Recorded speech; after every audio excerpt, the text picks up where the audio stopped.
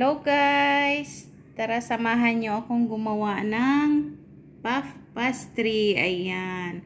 Siyempre, ang kanyang palaman ay ayan, lalagyan natin siya ng mozzarella cheese,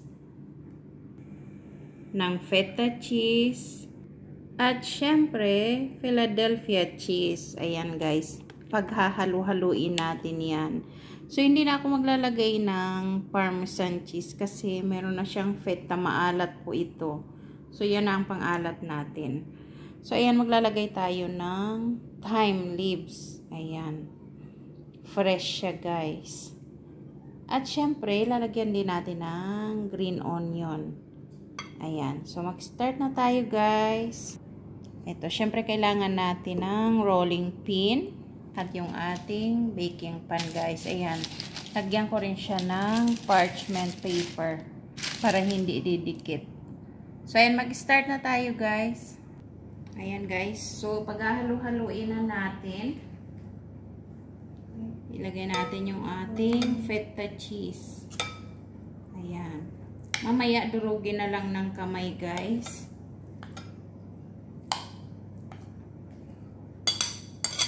$200 yan na feta cheese. At syempre maglalagay tayo ng Philadelphia. 180 grams yung Philadelphia.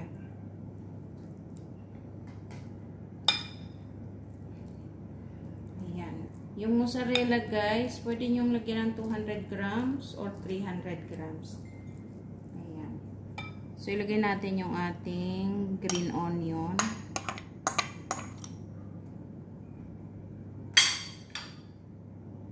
Yung thyme leaves.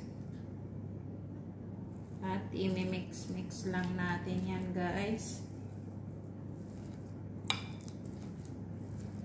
Ayan ang ating palaman.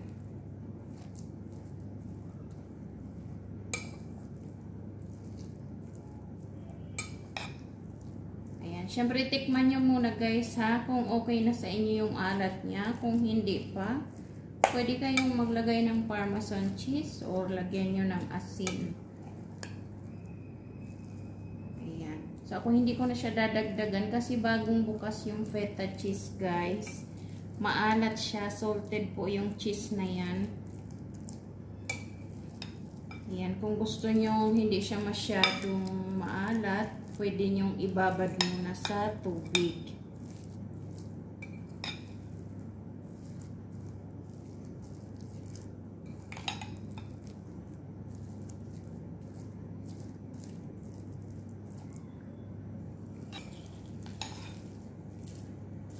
Ayan guys, kapag naihalo na natin ng maayos, umpisa naman natin yung ating puff pastry. Ayan, so iset aside muna natin yan.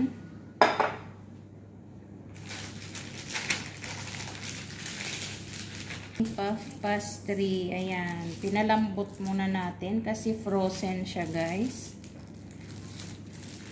Ayan, kailangan malambot na bago nyo buksan or else masisira siya. Ayan, nakita nyo guys, magkakaroon siya ng mga hiwa-hiwa pag hindi pa super lambot.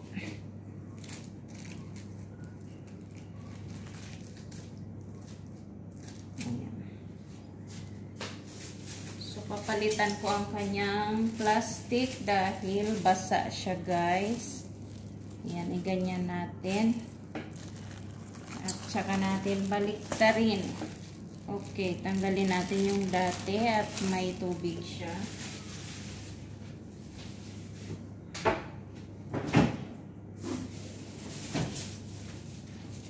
Siyempre, patungan natin ang isa pa.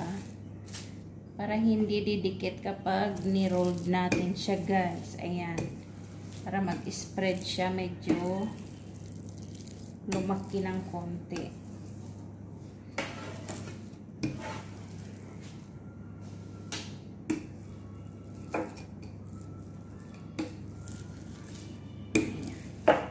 Konti lang guys.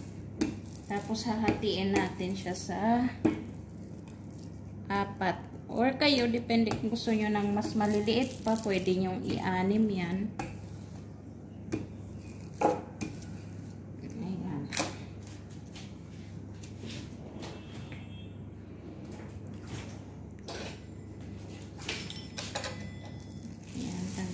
natin.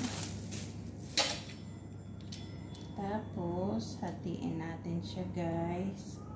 Ito yung ating, pizza slicer.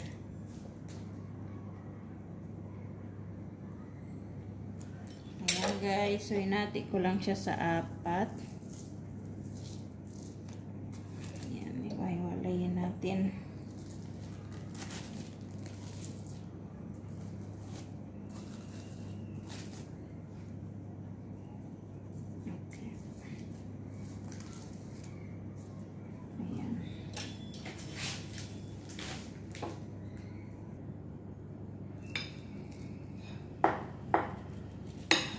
Tapos, lagyan natin siya ng palaman, guys.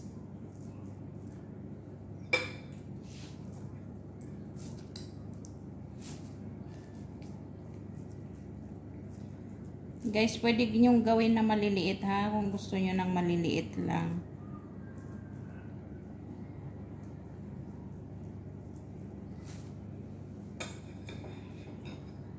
Lagdagan natin.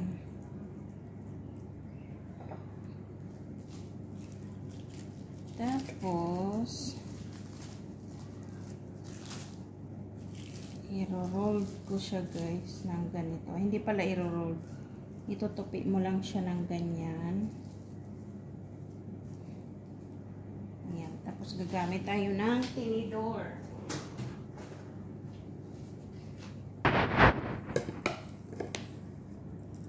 Ayan. Maglagay tayo ng harina, guys.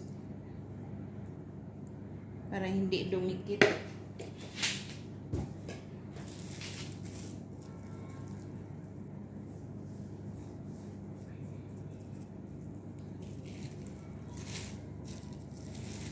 Ayan. So, ililipat natin siya dyan. Parang ano siya, guys, parang style empanada. Ayan, baliktad dito pala para makita nyo.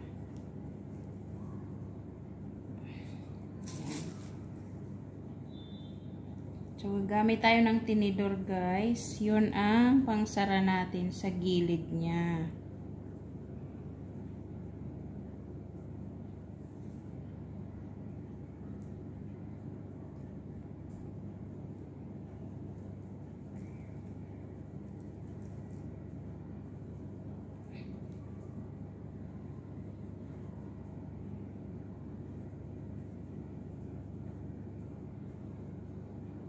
Yan. Tapos mamaya, lalagyan lang natin siya ng egg yolk sa ibabaw, guys. Ayan, guys. 2 egg yolk ito. Tapos lagyan natin ng konting fresh milk. Ayan, i-mix lang. Ayan. Tapos ito ang ilalagay natin sa ibabaw, guys.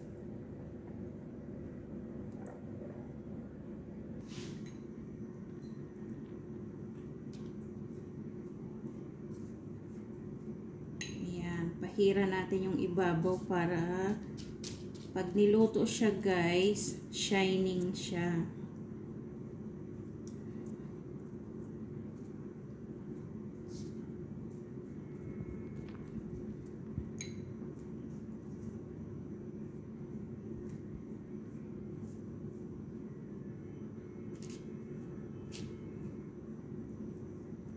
Ayan, busog na kayo sa isang piraso nito, guys.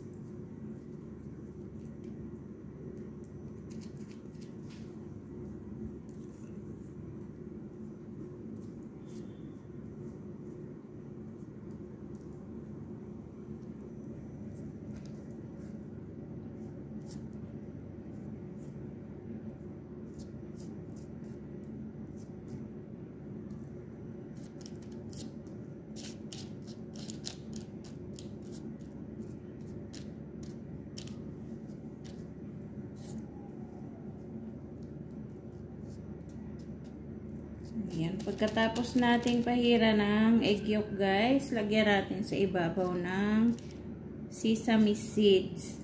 Ayan, roasted sesame seeds na yung ilalagay ko, guys. Dahil meron akong tira nung nakaraan.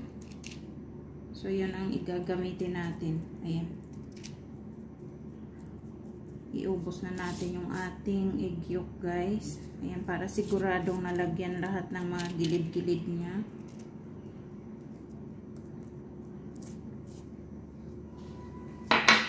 Ayan.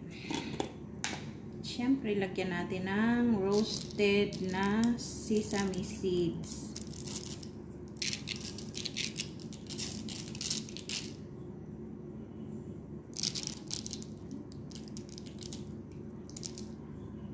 Tapos, i-bake nyo na sa oven, guys. Yan, lagay nyo lang ng 180 degrees or 200. Depende sa init ng oven nyo, guys. Kasi hindi pare-pareho ang init ng oven natin. Meron yung sobrang pag-iinit talaga ng oven. So, medyo i-less nyo yung init. So, ayan na, guys. Ready for oven na. Kaya balik ka.